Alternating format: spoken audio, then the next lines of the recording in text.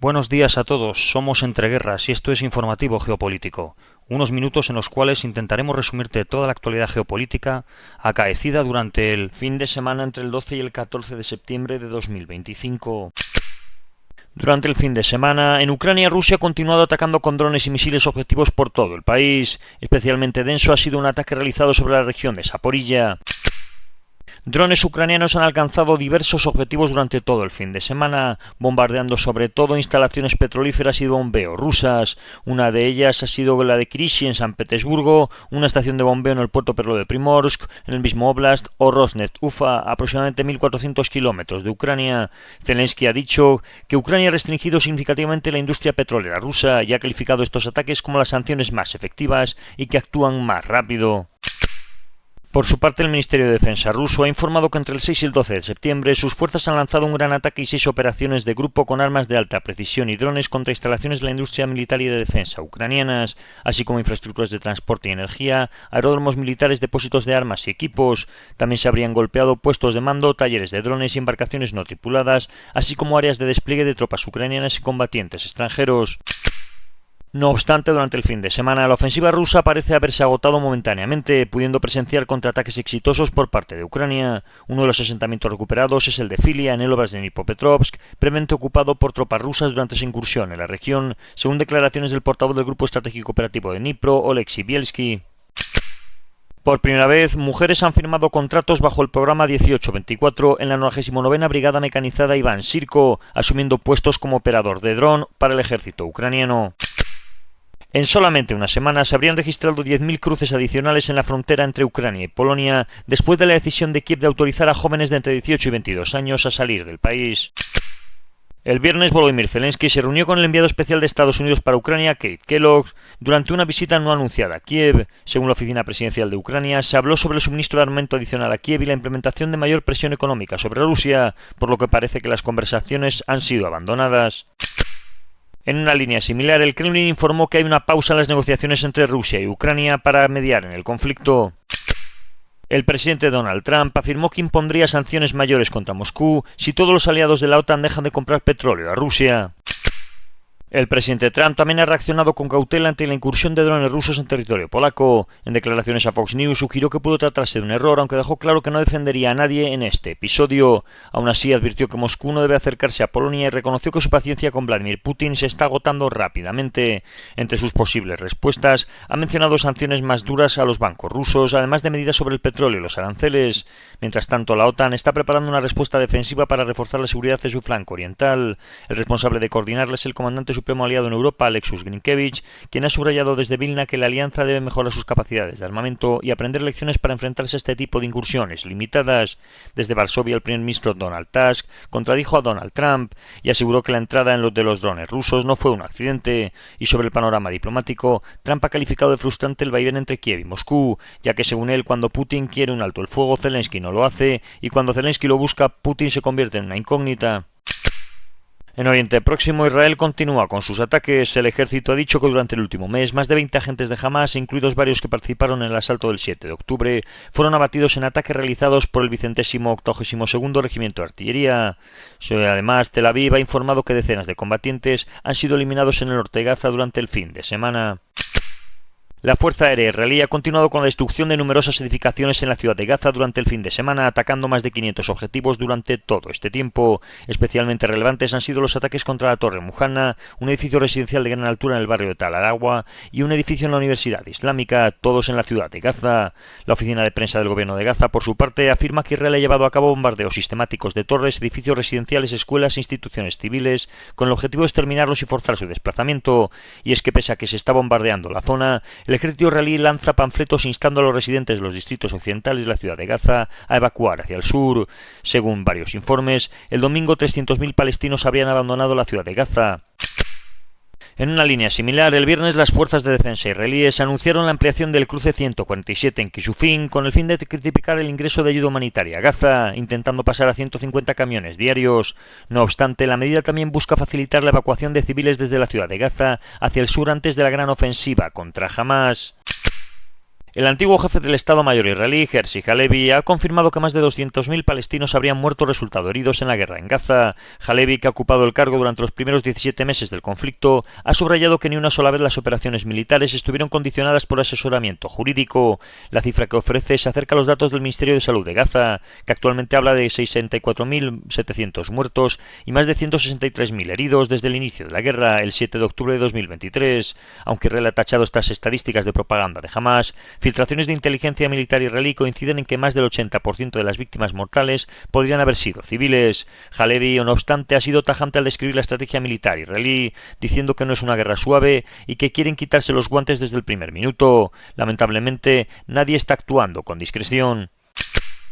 Mientras tanto, en Cisjordania, además de continuar con las operaciones militares, el viernes, después de un ataque con explosivos contra un vehículo militar cerca de Tulkarem, las fuerzas de defensa israelíes han detenido a cientos de palestinos. También el viernes las Naciones Unidas han votado 142 a favor y 10 en contra, con el fin de respaldar la declaración de Nueva York que pide el establecimiento de un Estado palestino. Se han opuesto los siguientes países: Argentina, Hungría, Israel, Micronesia, Nauru, Palau, Papúa Nueva Guinea, Paraguay, Tonga y Estados Unidos. Se recuerda que esta resolución no es vinculante. Tras los ataques israelíes en Doha la semana pasada, el jefe del Mossad, David Barnea, ha enviado una carta interna explicando su oposición a la operación y la negativa que la agencia participase, según ha informado el Canal 12 israelí. Barnea señaló que los dirigentes de Hamás atacados estaban reunidos para debatir una propuesta estadounidense de alto el fuego en Gaza y la liberación de rehenes. Aunque no garantizaba la aceptación total del plan, consideraba que habría permitido avances y un posible retorno a las negociaciones. Durante la visita del secretario de Estado de Estados Unidos a Israel, Marco Rubio, este acudió junto con el primer ministro israelí Benjamín Netanyahu al Muro de las Lamentaciones y los túneles subterráneos de Jerusalén, donde Netanyahu ha declarado que la alianza entre Israel y Estados Unidos es tan fuerte como las piedras del muro y que nunca ha sido más sólida. También se esperaba que discutieran junto con Rubio la posibilidad de la anexión israelí de partes de Cisjordania en respuesta al reconocimiento planeado del Estado de Palestina por numerosos países occidentales a finales de este mes. El presidente del gobierno yihadista de Siria, al-Golani, ha confirmado que su gobierno mantiene negociaciones con Israel para alcanzar un acuerdo de seguridad. El objetivo sería que el ejército israelí abandonase las áreas que ocupó tras la caída de Bashar al-Assad, aunque sí que se ponga en cuestión los territorios ocupados con anterioridad. Al-Golani también ha revelado que durante la ofensiva de diciembre se abrieron contactos secretos con Rusia. Según explicó, cuando sus fuerzas avanzaron hacia Hama, hubo un proceso de negociación, y al llegar a Homs, Moscú optó por mantenerse al margen de la batalla como parte de este entendimiento.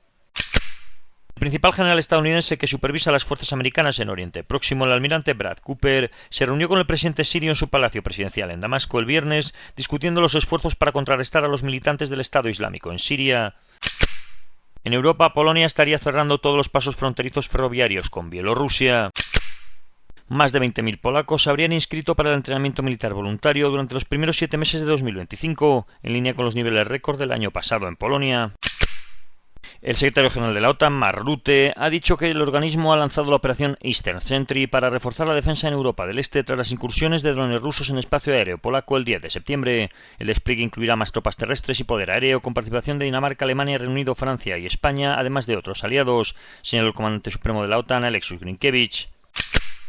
El sábado, Polonia activó una operación preventiva de su aviación militar ante la amenaza de ataques con drones en las regiones ucranianas fronterizas. El Comando Operacional de las Fuerzas Armadas informó que aviones polacos y aliados patrullaron el espacio aéreo, mientras que los sistemas de defensa aérea y radares fueron puestos en máxima alerta. También se cerró temporalmente el aeropuerto de Lublin en el este del país.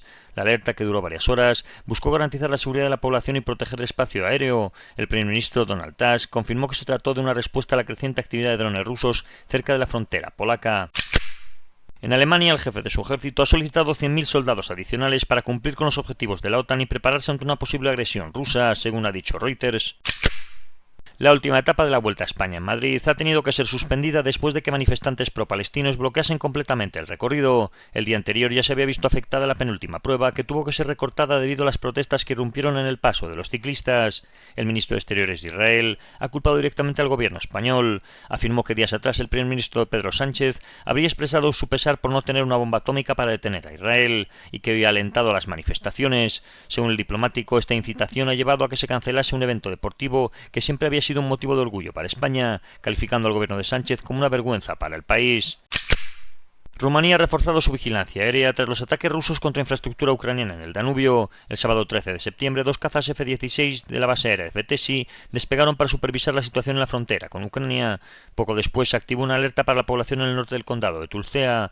Uno de los F-16 detectó un dron en el espacio aéreo rumano que fue seguido hasta unos 20 kilómetros al suroeste de Chiliabice antes de que desapareciese del radar y volviese a territorio ucraniano. El Ministerio de Defensa aseguró que el dron no sobrevoló áreas habitadas ni representó un peligro inmediato para la población. En clave política, el expresidente de Rumanía, Traian Băsescu, ha advertido en un mensaje de Facebook sobre el riesgo de que Moldavia quede bajo influencia directa de Moscú si las fuerzas prorrusas ganan las próximas elecciones parlamentarias. Băsescu ha alertado que el 28 de septiembre por la noche el resultado podría acercar a Putin a la frontera rumana, dado que las elecciones están extremadamente reñidas entre las fuerzas proeuropeas y los partidos prorrusos. El expresidente ha subrayado que, al igual que en las elecciones presidenciales pasadas en Rumanía, el voto de la diáspora moldava podría ser decisivo para inclinar el resultado. En su advertencia, ha advertido que una victoria de la izquierda prorrusa significaría que los aliados de Moscú tendrían el control sobre el Parlamento y el gobierno de Chisinau, lo que pondría a Moldavia bajo órdenes directas del Kremlin y supondría una amenaza estratégica inmediata para Rumanía. El presidente de Serbia, Aleksandar Vučić, ha acusado públicamente a los servicios especiales y secretos de varios países extranjeros de financiar las recientes protestas en Serbia, asegurando que se han invertido alrededor de 4.000 millones de dólares para desestabilizar el país. Ha explicado que hasta ahora había mantenido silencio para preservar la postura de neutralidad serbia frente a posibles instigadores, pero ha subrayado que estos gobiernos saben que el gobierno serbio está al tanto de lo que hacen. La presidenta del Parlamento serbio, Ana Brnabić, ha respaldado la denuncia y ha ido más allá al afirmar que los funcionarios europeos no solo apoyan las protestas no autorizadas, sino que incluso participan en ellas. Cito como ejemplo la presencia en Novi Sad del eurodiputado danés Rasmus Nordqvist y de Bulat Çeçi, presidente del Partido Europeo Verde de Grecia, lo que según ella confirmaría la implicación directa de actores externos en las movilizaciones. Estas declaraciones se producen en un contexto de tensión política creciente en el que el gobierno serbio no hace más que denunciar intentos de cambio de régimen inspirados en el modelo de revoluciones de color, una reconocida forma de llevar a cabo golpes de estado blandos desde el exterior, ya practicada en Europa. El viceprimer ministro ucraniano para la integración europea, Taras Kachka, ha anunciado el 13 de septiembre que la Unión Europea ha alcanzado un acuerdo para aplicar un enfoque único que permitiría a Ucrania y Moldavia seguir avanzando en su proceso de adhesión a pesar del veto de Hungría. Kachka ha explicado que de manera inédita la Unión Europea ha decidido no dejar que un solo país bloquee el proceso de ampliación, algo que tradicionalmente se hacía hasta lograr consenso unánime. En el caso de Ucrania, se buscaría evitar cualquier interrupción incluso si el bloqueo húngaro se prolonga durante años. Esto significa que los Estados miembros y la Comisión Europea podrán seguir estableciendo los llamados puntos de referencia, es decir, las condiciones para abrir y avanzar en los clústeres de negociación, sin esperar a que Budapest levante su veto. Kachka ha calificado esta decisión como un hecho verdaderamente singular y ha destacado que la gran mayoría de países de la Unión Europea están dispuestos a seguir adelante, incluso si Hungría mantiene su oposición. En las Islas Británicas, durante la jornada del sábado, más de 100.000 personas se congregaron en el centro de Londres para una marcha y manifestación organizada por el activista político anti-inmigración Tommy Robinson, quien dijo que la mayoría silenciosa ya no guardará silencio nunca más y que es la chispa de la revolución cultural. En Rusia, el domingo, una explosión en la vía férrea del Óblast de Oriol ha matado a 2 oficiales de la Guardia Nacional y ha herido gravemente a otros, según informaciones del gobernador Andrei Krychkov. Los explosivos fueron hallados durante una inspección rutinaria de las vías y uno de ellos detonó, provocando retrasos en al menos 10 trenes. En el contexto de los ejercicios Zapad 2025, varios Iskander-M fueron desplegados en la autopista E28 en Kaliningrado, a escasos kilómetros de Polonia. Las maniobras de gran escala han involucrado fuerzas navales del Báltico y el Norte, unidades terrestres y aéreas, y han entrenado en Bielorrusia, el Ártico y aguas de los mares de Barents y el Báltico, incluyendo defensa contra UAVs, sabotaje submarino y ataques a objetivos simulados tanto en tierra como en mar.